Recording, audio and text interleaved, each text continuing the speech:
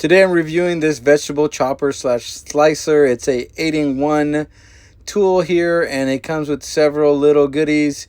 Here is a little handle with spikes, so when you're using one of the blades you don't cut your fingers. All right, and here is some more pieces to this.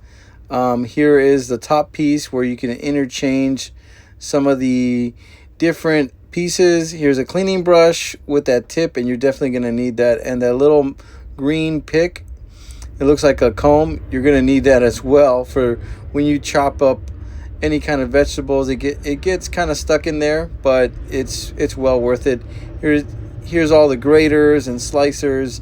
It has a lot of different options, and I know that a lot of people are going to use this for like making salads and whatnot, or grating cheese, or making onions for smash burgers. I mean, the choices you have is endless. So my wife had seen this somewhere, and she was pretty happy that I ended up getting one of these to review. So this is an unbox, and I'm gonna tell you guys what I think about it, because yeah. So this thing, you can press it down and you can cut some onion perfectly. This is great if you're going to be making like pico, which is what we made today. And it cuts really easily. You do have to cut the onion a little bit smaller so it can fit that square. But it's not a huge deal. It's not a deal breaker. Just cut it in 4 basically, and you're done. But it does cut real smooth. This is the only thing I will be testing today is cutting onion.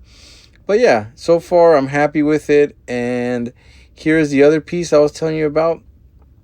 And this is basically for safety, because some of these are very sharp. You got to be careful. So yeah, if you're not too comfortable slicing stuff, then you want to put this on the spike and use it as a handle. But yeah, hopefully this review helped you guys out, and thanks for watching.